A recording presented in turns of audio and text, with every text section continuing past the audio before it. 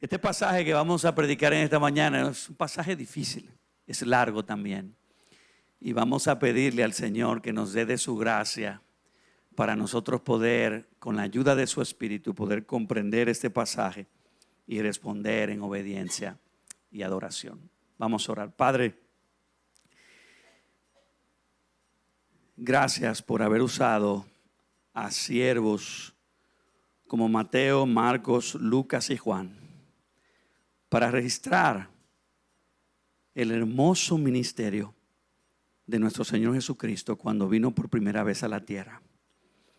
Y en esta mañana, Señor, mientras entramos en un episodio nuevo de la interacción de Jesús con esa generación, Señor, nosotros no queremos que un mensaje que parece que fue dado a unas personas hace mucho tiempo, Señor, se quede como un mensaje antiguo. Queremos, Señor, que el Espíritu de Dios haga que este mensaje cobre vida en nuestros corazones. Y que nuestros corazones ahora, en el presente, puedan arder al entender tu palabra. Y no solamente arder, sino responder en fe y arrepentimiento al llamado de Jesucristo, de que lo abracemos como Señor, como Dios y como Salvador. Oh Espíritu de Dios, gracias. Gracias por prometer estar con nosotros y hacer que tu palabra sea el instrumento por excelencia para llamar a pecadores al arrepentimiento. Oh Señor, sigue edificando a tu iglesia. Manifiéstate una vez más. Señor, nos sentamos a tus pies. Queremos ser alimentados por ti. Háblanos, Señor, que tus siervos escuchan. Y si hay alguien que todavía no te conoce, que esta sea la mañana, Señor, en que sus ojos sean abiertos y pongan su mirada, una mirada de fe en el Salvador. Yo te lo ruego en el nombre de Jesús. Amén y amén. Continuamos en Lucas y les quiero invitar a que leamos algunos versículos de Lucas 11, del 14 al 36. Yo voy a saltar algunos versículos para enfocarnos en este texto como manera de introducción. Dice Lucas 11, 14, Jesús estaba echando fuera un demonio que era mudo. Y cuando el demonio salió, el mudo habló y las multitudes se maravillaron. Versículo 15, pero algunos de ellos dijeron, Él echa fuera los demonios por Belcebú, príncipe de los demonios. Salto al versículo 17, pero conociendo él sus pensamientos, les dijo, todo reino dividido contra sí mismo es asolado, y una casa dividida contra sí misma se derrumba. Versículo 18, y si también Satanás está dividido contra sí mismo, ¿cómo permanecerá en pie su reino? Versículo 20, pero si yo, por el dedo de Dios, echo fuera a los demonios, entonces el reino de Dios ha llegado a ustedes. La vida y misión de Moisés fueron un paralelo profético de la vida y misión de Jesucristo. Dios, orquestando intencionalmente a Moisés para que Moisés fuera un tipo de Cristo. Y cuando hablamos de tipos bíblicos, nos referimos a patrones, a símbolos que Dios utilizó como conexiones del Antiguo Testamento con el Nuevo para anticipar a través de personajes y eventos futuros, mostrándonos el progreso y la unidad del plan de redención. Moisés fue como un prototipo de Jesucristo, enviado para anunciar e ilustrar su futura obra. El tipo es una sombra temprana, un modelo imperfecto del producto final. El arquetipo es el modelo perfecto y final. Moisés fue una sombra más temprana de Cristo, quien era el verdadero y final libertador. Y existe una similitud entre el prototipo y el arquetipo, pero el último siempre es más grande. El rey malvado Faraón trató de matar a Moisés como bebé, y también el rey malvado Herodes trató de matar a Jesús como bebé. Moisés, siendo todavía un bebé, fue enviado a Egipto para preservar su vida, y Jesús, siendo todavía un bebé, fue enviado a Egipto para preservar su vida. Moisés fue adoptado por la hija del faraón. Jesús fue adoptado por José, del linaje real de David. Moisés se convirtió en príncipe de Egipto. Jesús es el eterno príncipe de paz.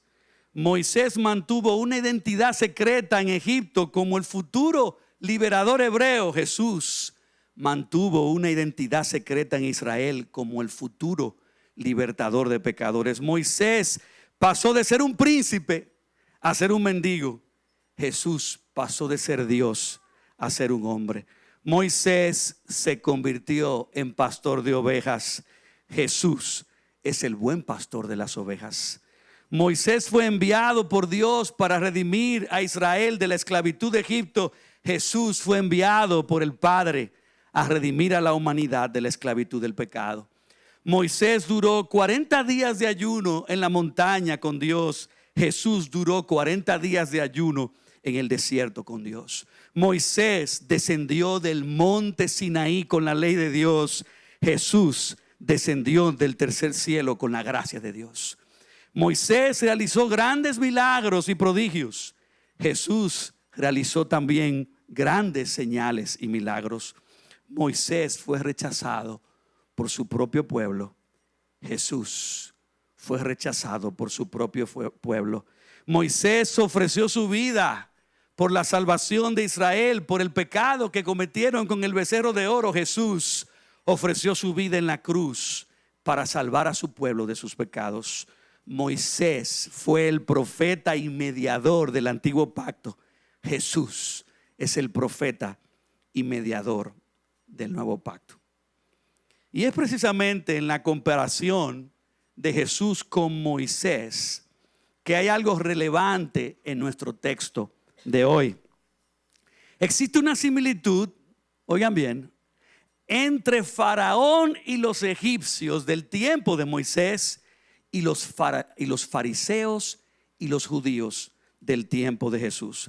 Faraón y los egipcios no creyeron la palabra de Dios por boca de su profeta Moisés, aun cuando Moisés realizó señal tras señal, prodigio tras prodigio, milagro tras milagro, el agua convertida en sangre, la plaga de las ranas, luego la de los piojos, después la de las moscas, la pestilencia sobre el ganado, el sarpullido de úlceras, el granizo con fuego, la plaga de langostas, las densas tinieblas y finalmente la muerte de los primogénitos.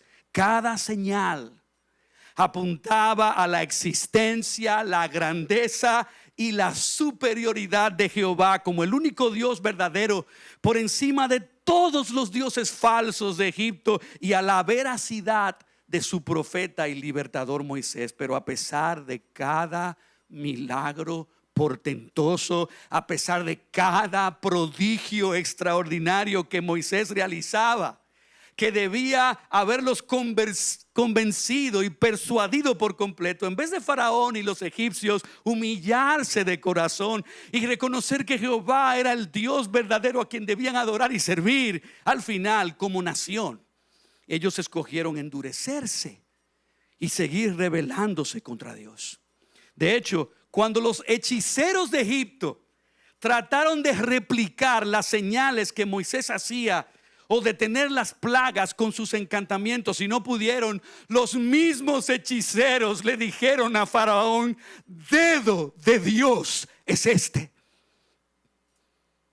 Y aunque reconocieron que nadie podía hacer las señales y prodigios que Moisés hacía, sino el mismo dedo del Dios verdadero, aún así, todas esas evidencias no bastaron, no fueron suficientes para convencerlos, porque algo más profundo estaba ocurriendo en sus corazones que la falta de evidencias. Y algo muy similar estaba pasando con los fariseos y los judíos del tiempo de Jesús. Cristo estaba siendo rechazado por la misma gente que lo había visto a él haciendo señales, milagros, prodigios, al punto tal que se atrevieron a acusarlo falsamente y a condenarlo de que todos esos milagros y esas liberaciones demoníacas que Jesús hacía, la estaba haciendo con el poder de Belcebú, príncipe de los demonios. Pero Cristo se defendió de esa falsa acusación y lo hizo con mansedumbre y con humildad, diciendo: pero si yo, por el dedo de Dios, echo fuera a los demonios, entonces el reino de Dios ha llegado a ustedes. Hermanos y amigos, hay un problema mayor en el corazón del hombre que va más allá de la supuesta demanda de más evidencias para poder creer en Dios, que finalmente lo persuada a arrepentirse de sus pecados y a confiar en Cristo para salvación. Moisés, como profeta, le demostró a Faraón una y otra vez, con pruebas suficientes, con pruebas contundentes, que era por el dedo de Dios que él hacía los milagros de todas esas plagas. Y si Cristo, con una mayor cantidad de señales y con una mayor demostración de aplastantes prodigios, afirmó que todos estos milagros y liberaciones se habían hecho por el mismo dedo de Dios, aludiendo a Moisés, pero también apuntando a que él era el Hijo de Dios, y aún así mucha gente lo rechazó y escogió no creer en él. Entonces, ¿qué más quieren? ¿Qué más pruebas necesitan para finalmente caer rendidos a los pies de Jesús en arrepentimiento, fe y obediencia? Yo quisiera compartir con ustedes un sermón que hemos titulado Por el dedo de Dios. ¿Qué más evidencias quieres? Por el dedo de Dios, ¿qué más evidencias quieres? Y todo texto de la Biblia tiene una verdad que gobierna y que el Espíritu Santo inspiró porque Él quiere que la comprendamos, pero que respondamos a ella en arrepentimiento y fe. Y esta es la verdad de este texto. Si Cristo, por el dedo de Dios, ha confirmado todas las evidencias necesarias de que Él es el Hijo de Dios y el Mesías prometido, ¿cuál debe ser tu respuesta? Tú debes confiar en Jesús con certeza de fe y confesarlo como tu Señor y Salvador. Y hay una versión corta de esta frase: si Cristo confirmó que es Hijo de Dios y Mesías, tú debes con certeza de fe confiar en Él como Salvador. Nuestro texto nos introduce a un nuevo episodio de liberación de uno que tenía un demonio que lo había enmudecido y donde Cristo tuvo que defenderse de una amarga y venenosa acusación de los fariseos. En la audiencia había una mezcla de personas que seguían a Jesús. Habían, por supuesto, discípulos genuinos, pero también habían seguidores románticos y por igual opositores legalistas. Y esos dos grupos finales estaban ciegos y estaban endurecidos sin estar ejerciendo una fe verdadera en Jesús. Y yo creo, y me atrevo a decirlo, que este salón en esta mañana también está dividido en esos tres grupos.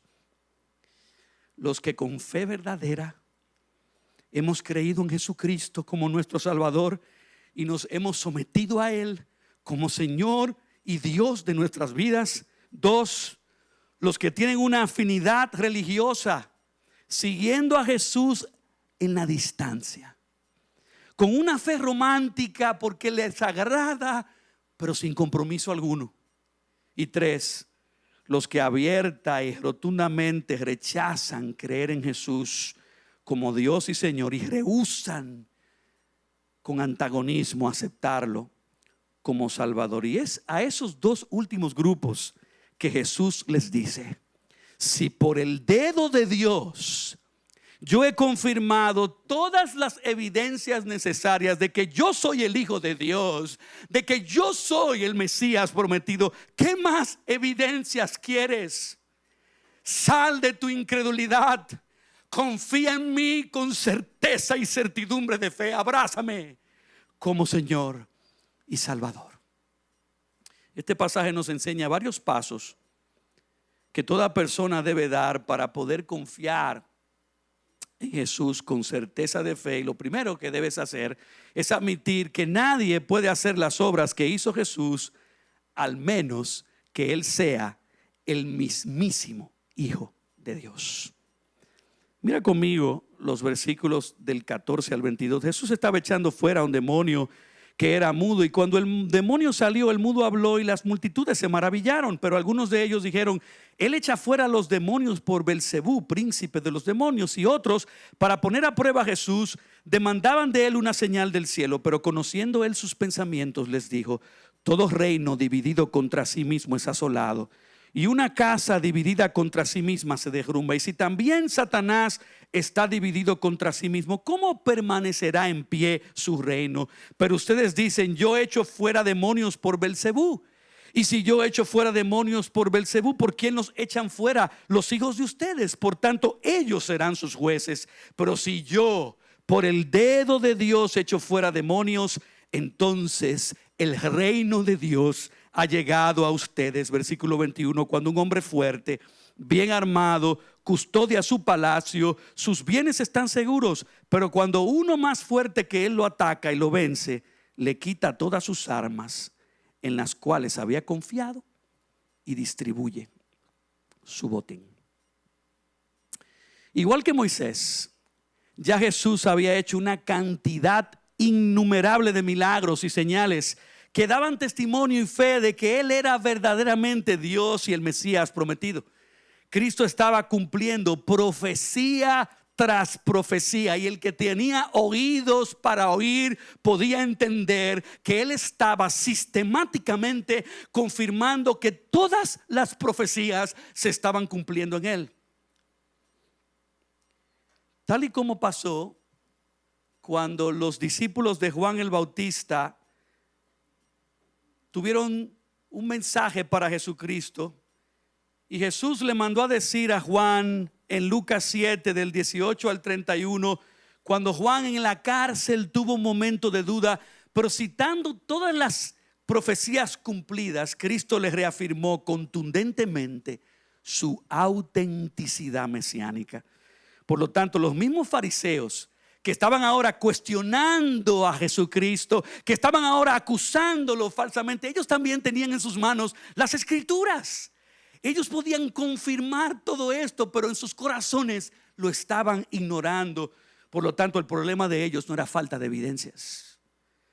Las evidencias estaban ahí, eran demasiado claras y contundentes, y por encima de ignorar las profecías, ahora estaban negando que los milagros que Jesucristo realizaba los hacía como una demostración real y auténtica de que el poder del Dios vivo y verdadero se estaba manifestando en Él y a través de Él. De hecho, los que creyeron en Él automáticamente hicieron las matemáticas al escucharlo hablar y al ver el poder creativo que salía de su palabra. Ellos sumaron y multiplicaron y concluyeron lo que toda persona razonable debía concluir: que este hombre no era cualquier hombre, sino que este hombre era Dios hecho carne. Ahora bien, nuestra historia de hoy no se enfoca tanto en la persona que fue liberada del demonio, sino en la respuesta de la gente al milagro. No era la primera vez que Cristo liberaba y sanaba a un endemoniado. De hecho, podemos decir con seguridad que Cristo ya había requete demostrado su poder y autoridad sobre los demonios, al punto tal que cuando los reprendía, los mismos demonios daban voces y confesaban diciendo: tú eres el Hijo de Dios. De hecho, Lucas registra el primer milagro en su evangelio, en el capítulo 4, versículo 35, un momento de reprensión a un espíritu inmundo en una sinagoga y al demonio salir del hombre, la respuesta de la gente a ese exorcismo fue: ¿y qué palabra es esta que con autoridad y poder manda a los espíritus inmundos y salen? Por su palabra Cristo había sanado a todo tipo de enfermos. Por su palabra Cristo había demostrado su gobierno sobre la naturaleza. Por su palabra Cristo había resucitado a personas de entre los muertos, demostrando un poder divino distinto y superior a los profetas que vinieron antes que él, porque por su palabra las enfermedades desaparecían, por su palabra la naturaleza era sometida y alterada, por su palabra los que habían muerto volvían a la vida, y por su palabra los pecados eran perdonados. Jesús era Dios, amo y Señor sobre la enfermedad, la naturaleza, la muerte y el pecado, y por igual Jesús era amo y Señor sobre los demonios y sobre el príncipe de los demonios. Por lo tanto, sanar al hombre que estaba mudo por un demonio no solamente era algo sencillo para Jesucristo, sino que echar fuera ese demonio solo añadía un peso más de prueba sobre todas las demostraciones interminables de su poder y deidad. Así que, hermanos y amigos, sus credenciales, las credenciales de Jesucristo, hablaban por sí mismas, de modo que aunque los seguidores románticos seguían maravillándose de su poder, los opositores legalistas lo acusaron falsamente de realizarlo por el poder de Belcebú. Belcebú era otro nombre dado a Satanás que provenía de la cultura de los filisteos. Yo puedo fácilmente hacerle una lista de todos los nombres que la Biblia menciona de Satanás, pero no tenemos tiempo. Ahora, yo no sé si ustedes están captando el nivel de irrespeto, el nivel de burla, el nivel de blasfemia que estaba ocurriendo en ese momento contra el Hijo de Dios. Pero básicamente estos ciegos y endurecidos religiosos lo que estaban haciendo era acusando a Jesucristo. Estaban acusando a Jesucristo de ser un simple hechicero que estaba bajo la autoridad del diablo y que operaba con el poder del diablo para echar fuera demonios. Y vuelvo y repito, yo no sé si ustedes están comprendiendo el nivel de ofensa que se estaba cometiendo contra el Hijo de Dios, pero esto no podía ser algo más bajo. Y Cristo, como Dios y como hombre, nos modeló cómo por el poder del Espíritu tú y yo podemos ser sobrenaturalmente pacientes y mansos, para con ofensas de ese grado y esa magnitud, en vez de explotar en ira. Y Dios podía santamente, Cristo podía santamente haberse indignado. ¿Cómo podemos aprender a defendernos, aun si tenemos la razón, enfocándonos en derribar la mentira con la verdad? Y yo quiero que ustedes sepan, hermanos y amigos, la verdad es un arma. Y la verdad, tarde o temprano, siempre triunfa. Y aunque debemos siempre decir la verdad en amor y la verdad con gracia, la verdad también debe ser declarada con firmeza y con convicción. Y lo digo con mucho temor y temblor. En un mundo de muchos engañadores, en un mundo de muchos manipuladores narcisistas y en un mundo de mentirosos compulsivos.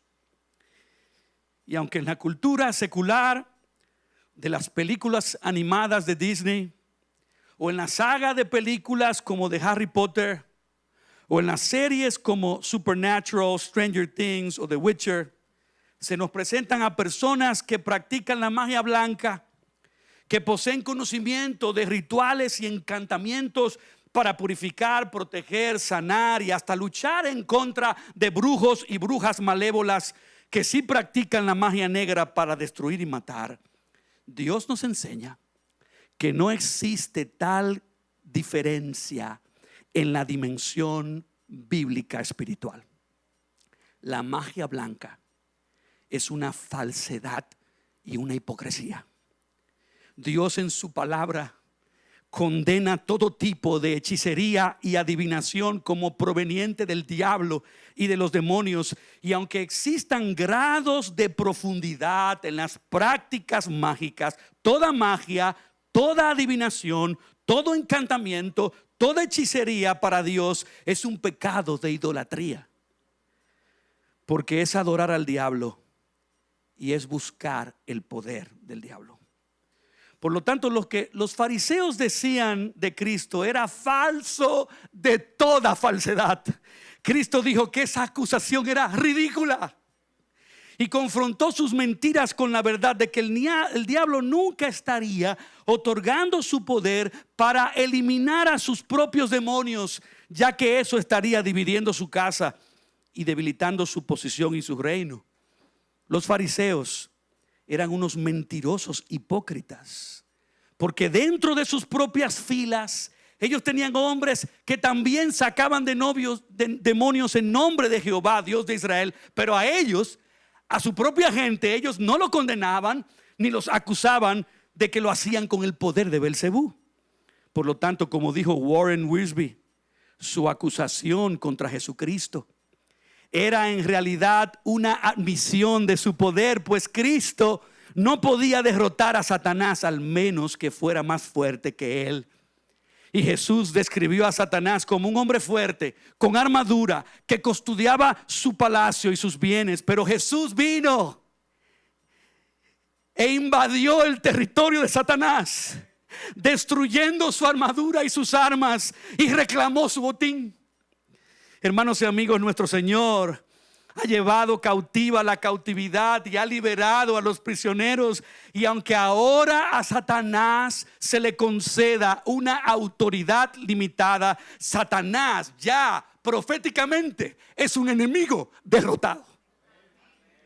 Así que, contraria a la mentira y a la falsa acusación de los fariseos, Cristo estaba expulsando los demonios como una manifestación de su poder divino, atestiguando y validando de forma inequívoca su deidad, y siendo el eterno Hijo de Dios por el mismo dedo de Dios, Cristo proclamó y demostró que alguien más fuerte que el diablo había llegado, y que con su poder soberano ahora estaba pisoteando y despojando a principados y potestades de su dominio y control, estableciendo y restaurando su legítimo reino, haciendo del diablo y de los demonios un espectáculo público, triunfando sobre ellos con el poder de su palabra y con su asegurada victoria en la cruz.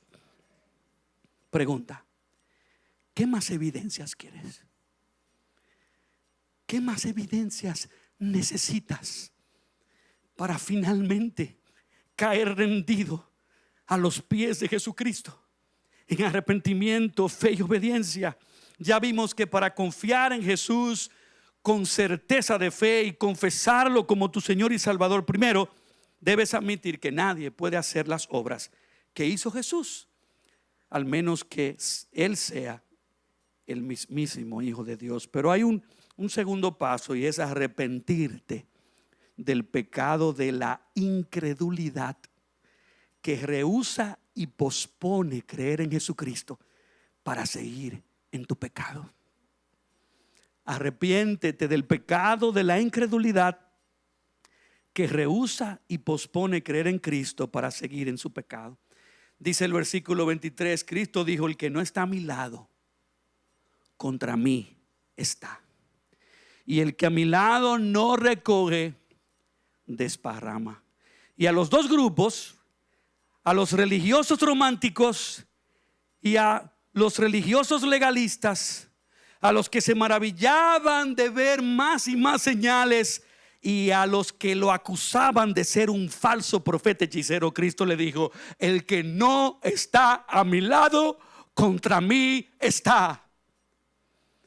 Los románticos posponen creer en Cristo porque se repiten a sí mismos que todavía no están listos, que todavía no están seguros, que quieren escuchar un poco más para entender un poco más, pero en el fondo lo que quieren es seguir un poco más en su pecado. Los legalistas rehúsan creer en Cristo porque choca de frente contra su sistema religioso, desnudando y desenmascarando la falsedad y la hipocresía de creer en su propia justicia, como si por sus buenas obras pueden salvarse y justificarse ante Dios, y por ende rechazan la necesidad de Jesucristo que los rescate y los redima de sus pecados. Y ambos pecan contra Jesús con incredulidad. Unos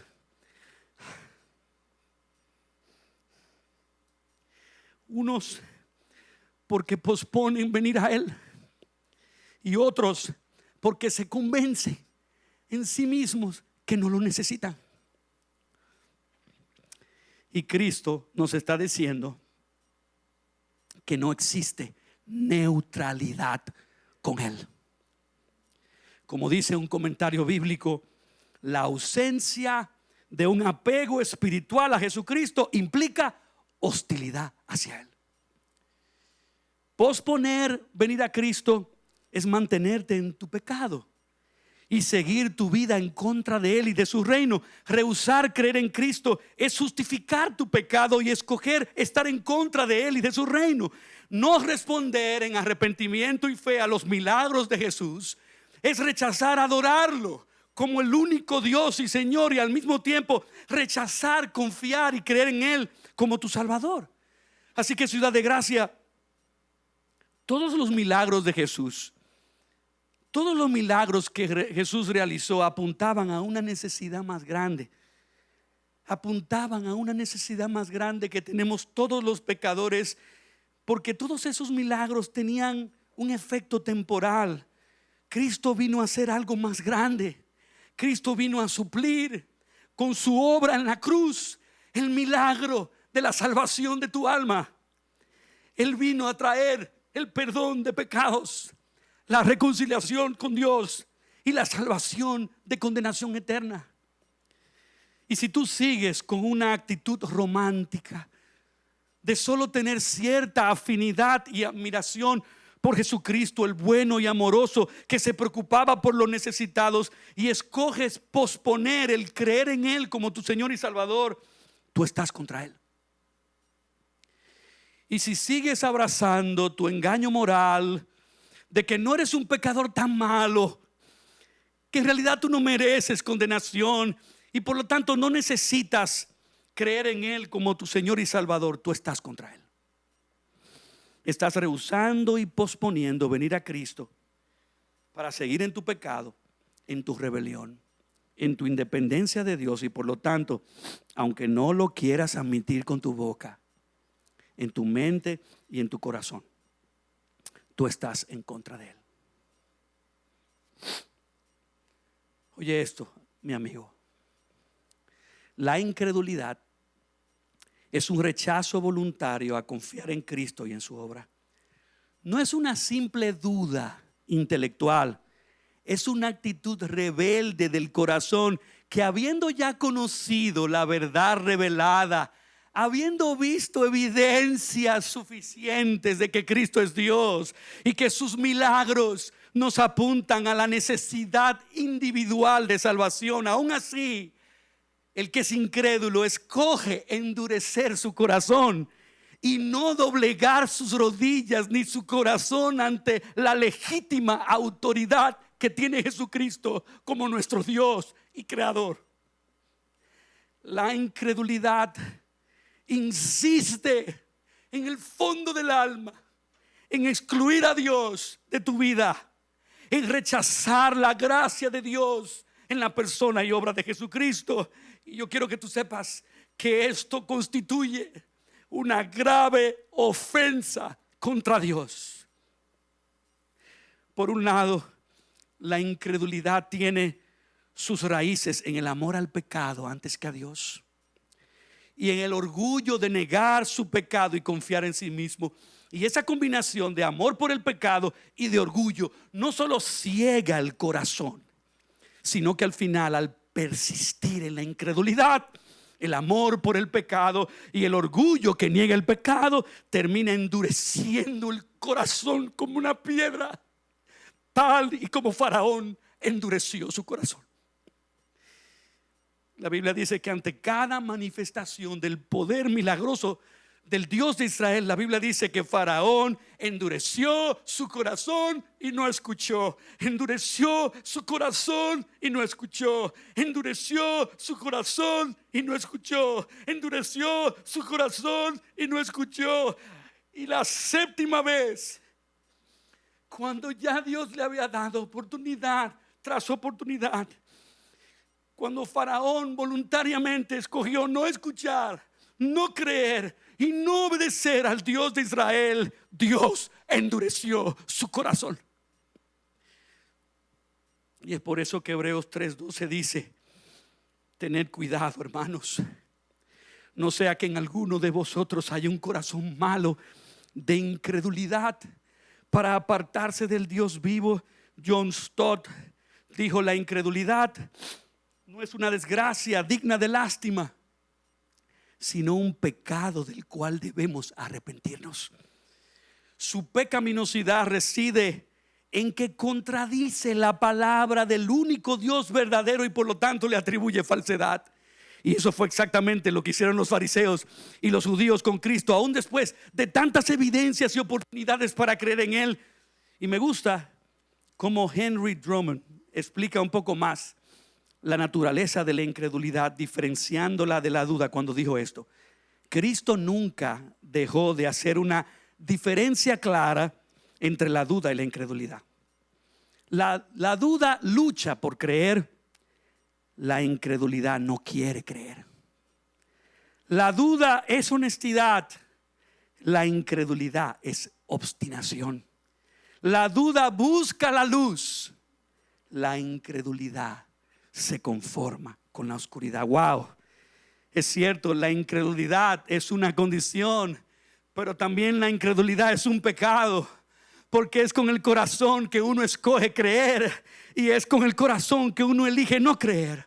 Por lo tanto, arrepiéntete del pecado de la incredulidad que rehúsa y pospone creer en Cristo para seguir en su pecado. Trae tu incredulidad a los pies de Jesucristo. Pídele a Cristo que cambie tu corazón incrédulo y endurecido por un corazón de carne que se duela, que se lamente, que confiese y se arrepienta de sus pecados. Pregunta: ¿qué más evidencias necesitas para finalmente caer rendido a los pies de Cristo en arrepentimiento, fe y obediencia? Ya hemos visto que para confiar en Jesús con certeza de fe, primero debes admitir que nadie puede hacer las obras que hizo Jesús, al menos que Él sea el mismísimo Hijo de Dios. Segundo, que debes arrepentirte del pecado de la incredulidad que rehúsa y pospone creer en Cristo para seguir en su pecado. Y el tercer paso es: teme ser entregado a una mente insensible y reprobada que solo acumula más ira para el día del juicio. Teme ser entregado a una mente reprobada. Mira el versículo 24. Y yo quiero que ustedes hagan un esfuerzo conmigo para entender este pasaje, porque vamos a entrar en aguas profundas. Dice: cuando el espíritu inmundo sale del hombre, pasa por lugares áridos buscando descanso. Y al no hallarlo, dice: volveré a mi casa de donde salí. Y al llegar, la encuentra barrida y arreglada. Entonces va y toma consigo otros 7 espíritus peores que él, y entrando moran allí. El estado final de aquel hombre resulta peor que el primero. Mientras Jesús decía estas cosas, una de las mujeres en la multitud alzó la voz y dijo: dichosa la matriz que te concibió y los senos que te criaron. Al contrario, le contestó Jesús: dichosos los que oyen la palabra de Dios y la guardan. Y como la multitud se aglomeraba, Jesús comenzó a decir: esta generación es una generación perversa, busca señal, y ninguna señal se le dará sino la señal de Jonás. Porque de la misma manera que Jonás vino a ser señal para los ninivitas, así también lo será el Hijo del Hombre para esta generación. Porque, y luego dice el versículo 31, la reina del sur se levantará en el juicio con los hombres de esta generación y los condenará. Porque ella vino desde los confines de la tierra para oír la sabiduría de Salomón. Y miren Algo más grande que Salomón está aquí. Los hombres de Nínive se levantarán en el juicio con esta generación y la condenarán, porque ellos se arrepintieron con la predicación de Jonás. Y miren, algo más grande que Jonás está aquí. Jesús, como dice el versículo 17, conocía perfectamente los pensamientos de sus acusadores, así como Cristo conoce cada uno de tus pensamientos y cada uno de los míos. Él discierne nuestras excusas, Él discierne nuestras objeciones del por qué no queremos venir a Él en arrepentimiento y fe. Y por eso Cristo ilustra la condición del hombre que no se arrepiente con la condición del hombre mudo que fue liberado y sanado del demonio. Ser recipiente del milagro físico de ser liberado de la posesión de un demonio no equivalía automáticamente creer en Jesucristo. Algunas personas que si eran sanadas creían en Jesús, y era vital que este hombre que fue liberado entendiera ahora quién era Jesús después de haber sido sanado, y que lo aceptara a Cristo como Mesías, como Señor y Salvador de su vida. ¿Por qué? Porque si no lo hacía, podía terminar en una condición peor que la primera, no solo por temor a endurecerse en sus pecados, sino por algo del mundo espiritual que aquí se nos da una ventana y un hueco para ver que podía ocurrir, y era la posibilidad de volver a ser poseído por varios demonios más. Lo que parecía era una tendencia a aquellos que de alguna manera eran poseídos por espíritus, de que los demonios volvieran a reclamar su corazón y en su cuerpo venir a habitar. Pero lo hacían porque la persona que había sido liberada no se había rendido en arrepentimiento y fe en Jesús, y por eso podía terminar en una condición peor, espiritualmente irreversible. Jesús utiliza esa terrible posibilidad del que fue librado del demonio para ilustrar lo que le iba a pasar a esa generación que le estaba escuchando. Cristo dijo que esa generación era una generación perversa, porque a pesar de todas las evidencias que Cristo ya había demostrado, incluso con este último milagro, todavía seguían pidiendo una señal más, como si todas las anteriores no hubieran bastado para convencerlos. Había una fascinación carnal, había una fascinación demoníaca de parte de ellos con solo ver el poder espiritual, como si fuera un entrenamiento, un entretenimiento de magia, de circo, sin ninguna relación con el pecado, sin ninguna relación con la necesidad de un Salvador y sin ninguna relación con el temor del juicio venidero. El que oye la palabra y al Espíritu de Dios una y otra vez, que nos llama al arrepentimiento y a la fe en Jesús, y recibe testimonio a través de sus ojos y sus oídos de escuchar el poder milagroso de Dios salvando y transformando personas, y al final escoge no arrepentirse y escoge no creer, está corriendo un terrible peligro. Está corriendo el peligro de endurecerse como Faraón hasta un punto de no retorno. Así que, amigos y hermanos, la paciencia de Dios se agota, y la paciencia de Dios tiene un límite. Dios se cansa, aunque ustedes no lo crean.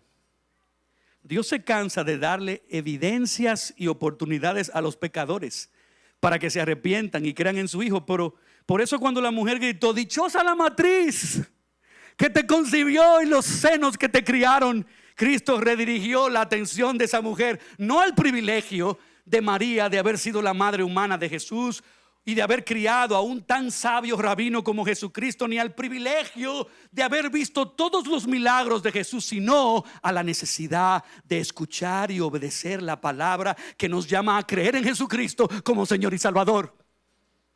Esta es la necesidad imperante.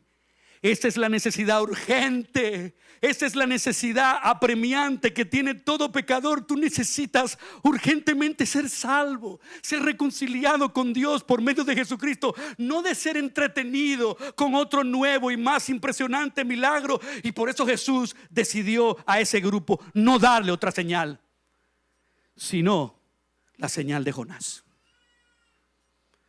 Pastor, ¿y cuál era la señal de Jonás?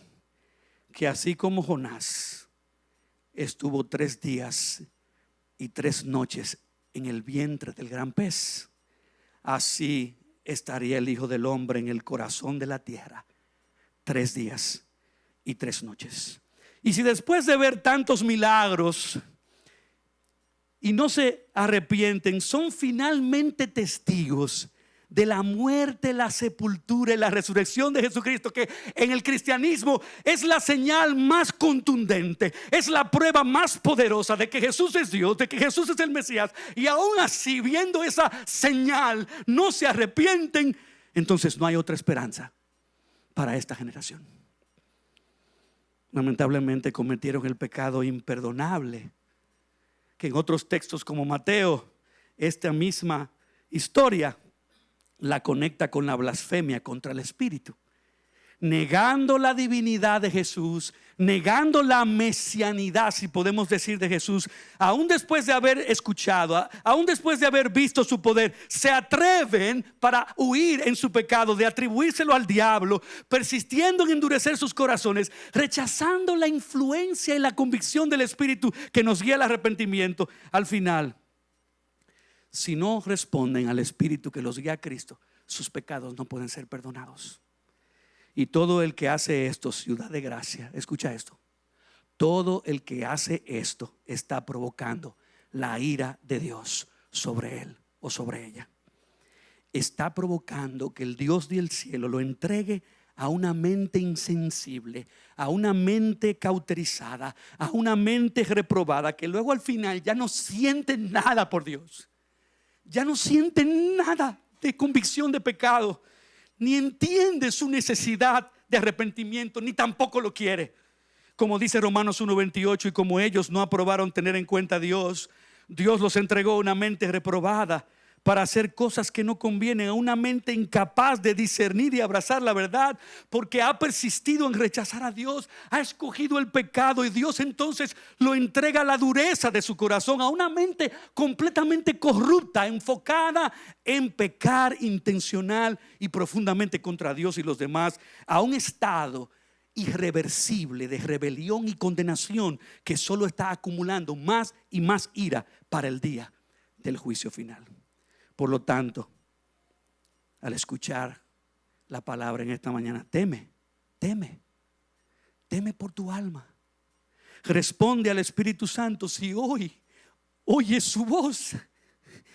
No endurezcas tu corazón, no pidas más señales y milagros, porque Dios ya te ha mostrado suficiente. Los ninivitas no vieron señales, ellos no vieron milagros cuando escucharon la voz de Dios a través del profeta Jonás, pero al escuchar la palabra temieron por sus almas y se arrepintieron. Por igual la reina del sur no vio señales, no vio prodigios, pero cuando escuchó a Salomón hablar de la sabiduría de Dios, que es Jesucristo, la reina del sur se arrepintió y creyó en el evangelio. Y si tú con más evidencias, con más testimonio, con más conocimiento del evangelio, aún así escoges no arrepentirte ni creer en Jesucristo, en el día del juicio los ninivitas se levantarán, la reina del sur se levantará y te condenará, porque tuviste a uno más fuerte que el diablo, tuviste a uno más sabio que Salomón, tuviste a un profeta más grande que Jonás, que te llamaba y tú no quisiste escucharlo, no quisiste creer en él. Así que quien quiera que seas, teme ser entregado a una mente insensible y reprobada que ya no puede ser salva. El último paso que hermosamente este texto nos da es que pongas tus ojos espirituales en Cristo, para que su luz te alumbre y te saque de las densas tinieblas del pecado. Mira conmigo ya los últimos versículos. Nadie, cuando enciende una lámpara, la pone en un sótano ni debajo de una vasija, sino sobre el candelero, para que los que entren vean la luz. La lámpara de tu cuerpo es tu ojo. Cuando tu ojo está sano, también todo tu cuerpo está lleno de luz. Pero cuando está malo, también tu cuerpo está lleno de oscuridad. Mira pues que la luz que hay en ti no sea oscuridad. Así que si todo tu cuerpo está lleno de luz, sin tener parte alguna en tinieblas, estará totalmente iluminado, como cuando la lámpara te alumbra con sus rayos. ¿Sabe lo que hace Cristo aquí? Cristo compara su persona y su obra con la luz de una lámpara cuando es encendida. Y yo quiero que ustedes sepan que Cristo es esa lámpara. Cristo es la lámpara que puso su luz sobre el candelero para que todos vean la luz de su salvación. Como dice Juan 1, 9 al 12, aquella luz verdadera que alumbra a todo hombre venía a este mundo, en el mundo estaba y el mundo por él fue hecho, pero el mundo no le conoció. A los suyos vino y los suyos no le recibieron, mas a todos los que le recibieron, a los que creen en su nombre, les dio potestad de ser hechos hijos de Dios. Miren, los milagros y las señales no eran un fin en sí mismas. Los milagros y señales eran ventanas a través de las cuales la luz de la salvación de Jesús nos iluminara. Pero no son los milagros que salvan, pero aún así los milagros los necesitamos, porque necesitamos un mayor milagro, que es la salvación de nuestros pecados por la sangre de Jesucristo derramada en la cruz. Pero la luz de Jesús, oye esto, no entrará en ti si tu ojo espiritual no está sano. Si tu ojo está malo y enfermo, porque te endureces amando tu pecado y te enorgulleces resistiendo confesar tus pecados, no importa cuántos rayos de sol te iluminen, al final, porque tu ojo está enfermo, no podrás apreciar, ni valorar, ni abrazar, ni correr hacia la luz de Jesús. Tu ojo sano o malo es tu reacción a la palabra. Debes responder a Jesús con ojos sanos, sin excusas, sin demoras, sin objeciones, sin dureza hacia Él y su obra en tu favor. Es tu responsabilidad, oh pecador, quien quiera que seas, de quitar cualquier obstáculo que te impida venir a Él en arrepentimiento y fe para salvación. Pero lo único que Dios te pide es una mirada de fe. Una mirada de fe. Una mirada de fe es lo que puede salvar al pecador. Y si tú vienes a Cristo Jesús, Él te perdonará, porque una mirada de fe en el todopoderoso Salvador es suficiente para Dios derramar sobre ti toda su luz, toda su gracia salvadora para el perdón de todos tus pecados. Como dijo Cristo en Juan 3, 14 y 15, y como Moisés levantó la serpiente en el desierto, así es necesario que el Hijo del Hombre sea levantado, para que todo aquel que en Él cree, con una mirada de fe, no se pierda, mas tenga vida eterna. Pregunta: ¿qué más evidencias quieres? ¿Qué más evidencias necesitas para caer rendido a los pies de Jesucristo? Como dijo Marcos Vidal en su canción, dime qué más puede hacer Él. Si entregó toda su sangre en la cruz, si murió abandonado en soledad para darnos vida en abundancia por su inmenso amor, caminó sobre las aguas, calmó la tempestad, cautivó 1000 corazones con su amor y su bondad, dime qué más tiene que hacer para lograr que tu vida y la mía, rendidas, caigan a sus pies. Nos abrió al camino al Padre, calmó nuestra ansiedad, consiguió hacernos libres por su amor y su bondad. Dime qué más tiene que hacer Jesús para lograr que tu vida caiga rendida a sus pies. Dime qué más puede hacer Él para ganar tu amor, tu confianza y tu fe. ¿Acaso tiene que morir otra vez por tu maldad? Dime qué más. Padre, gracias. Gracias. Este pasaje era un pasaje muy difícil. Nuestro anhelo es que a pesar de lo difícil, tu espíritu se haya movido en nuestros corazones.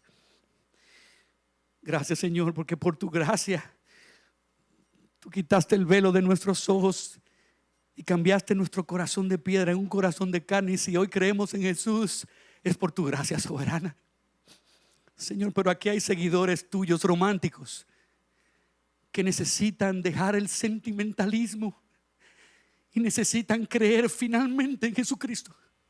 Señor, aquí hay opositores religiosos que siguen objetando en contra de Jesús para perdición de sus almas. Yo te pido, Señor, que a esos tu luz brillante, esa luz que hiciste resplandecer en la mente de Saulo cuando iba en contra de los cristianos, que esa luz penetre poderosamente en las mentes y corazones de aquellos que todavía no han creído, y que esta mañana ellos pongan sus ojos en Jesús. Pon tus ojos en Cristo, tan lleno de gracia y amor, y lo terrenal sin valor será a la luz del glorioso Señor.